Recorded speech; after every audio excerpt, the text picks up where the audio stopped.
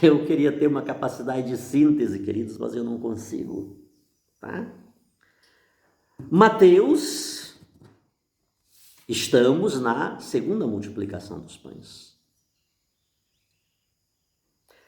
Mateus, ele cria que Jesus era o Messias, o ungido, o rei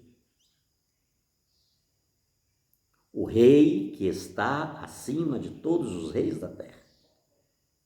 Mateus creu nesta verdade. Assim que Jesus o chamou lá na cobrança dos impostos, Mateus assimilou. É tanto que ele registra o episódio lá de Cesareia de Filipe, quando Pedro diz: tu és o Cristo, Filho do Deus vivo. Este episódio ele não colocou ali por um acaso, porque não tinha outra coisa para escrever. É um tema, é uma narrativa extremamente teológica do Deus que se revela. Então, esse Deus que se revela, olha aqui o que é que Mateus vai dizer. Se Isaías, ele pega lá aquela imagem que todos conheciam e profetiza e traz uma mensagem para o povo de Deus, Mateus, crendo que Jesus Cristo era o Messias, ele quer dizer algo aqui importantíssimo. O Jesus que cura os doentes, que expulsa os demônios, que abre os olhos aos cegos, que restaura os paralíticos, que abre os ouvidos dos surdos e os olhos dos cegos. Ele também alimenta aquela multidão. Eita, aí já começa. Ele também dá um banquete para a multidão. O texto deste evangelho, Mateus 15, do 29 ao 37, vai dizer que todos comeram e ficaram saciados.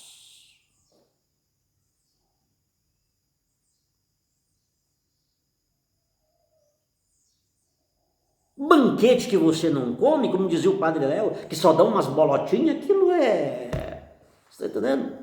Todos comeram e ficaram saciados. Mateus está dizendo-nos que o Jesus que cura, que liberta, ele alimenta as multidões.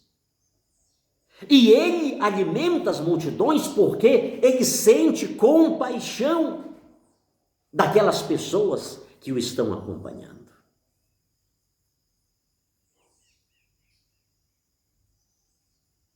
É interessante a narrativa de São Mateus, porque ele mostra que Jesus convida os seus discípulos para participarem daquela sua compaixão, daquela sua misericórdia. Jesus estabelece um diálogo com os seus discípulos. Jesus lhes faz saber da sua compaixão, ou seja, alguém que não tem compaixão, ele não pode ser discípulo de Jesus. Alguém que se diz discípulo de Jesus Cristo e não sente compaixão, essa pessoa pode ser tudo menos discípula de Jesus Cristo. Jesus ensinou os seus discípulos a terem compaixão. Jesus estabelece um diálogo com eles.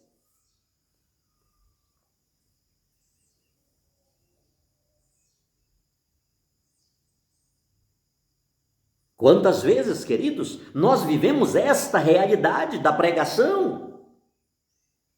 E quantas pessoas que falam tão lindo de Jesus, é tão bonito, a gente chora, né? É uma maravilha, mas não passa daquilo. Pessoas de coração fechadas.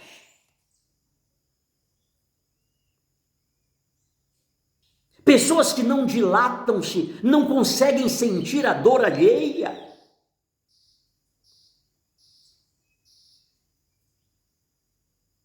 Isso é terrível, queridos. Quantas pessoas estão acabando-se perto de nós e muitos discípulos de Jesus estão de braços cruzados, nada faz. Tanto faz como tanto fez. São pessoas insensíveis.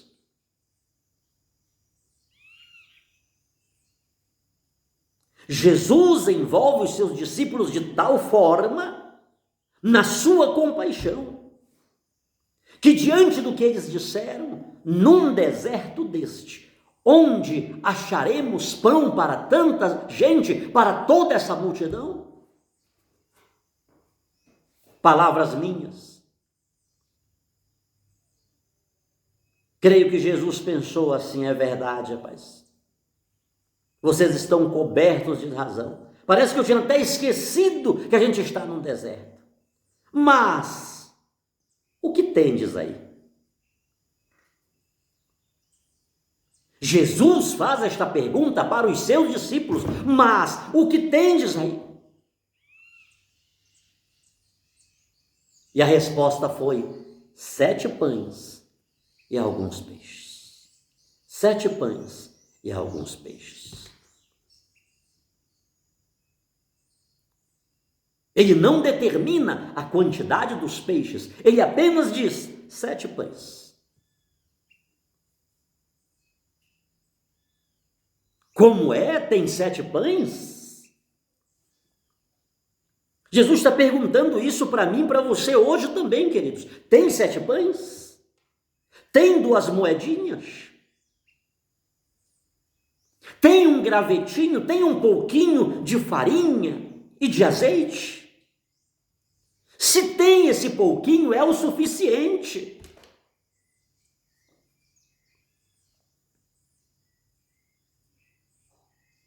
Conclusão. Jesus deu graças, foi dando aos discípulos, e eles foram dando às multidões.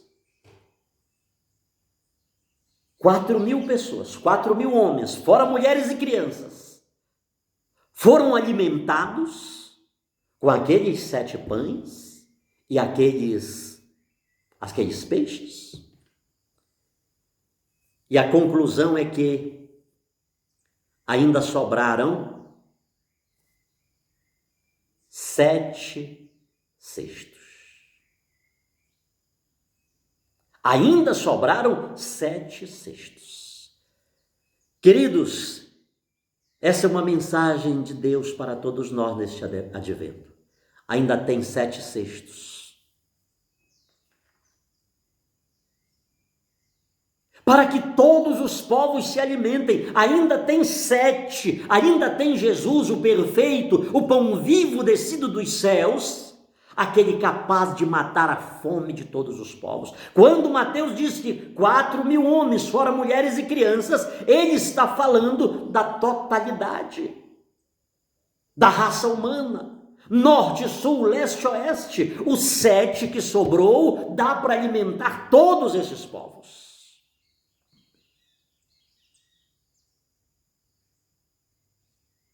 Que tendes aí? Quantas vezes tudo que a gente vê é um deserto perto de nós? Onde conseguir? Mas a palavra de Jesus para nós é: o que tendes aí?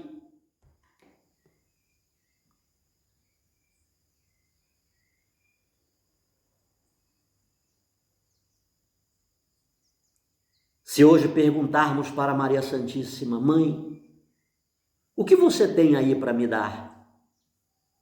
O que você tem, mãe, para matar a minha fome em todas as áreas, as dimensões da minha vida?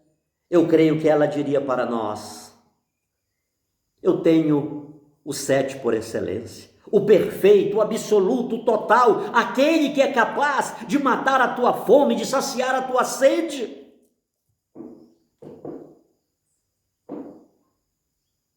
Para que esse banquete acontecesse, e aliás, esse banquete messiânico, ele já começa aqui. Porque o Messias já veio, o Messias já esteve no ventre da bem-aventurada Virgem Maria, ele já está no meio de nós.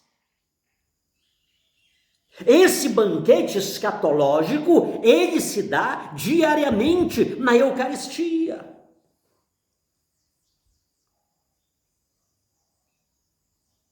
Aqueles 7 que sobrou,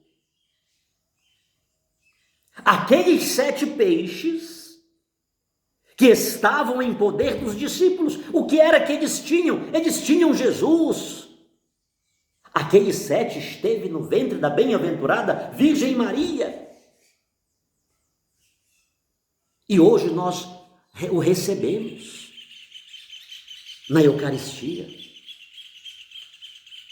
É um mistério insondável.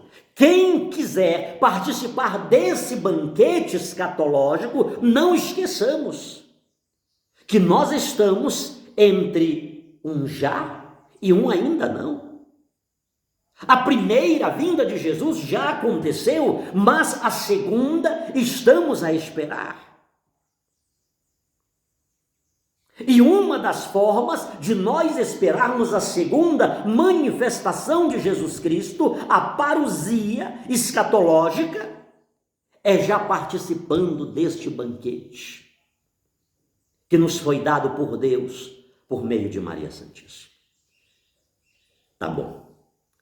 Sobre todos nós, a bênção desse Deus Todo-Poderoso, Pai, Filho e Espírito Santo. Amém.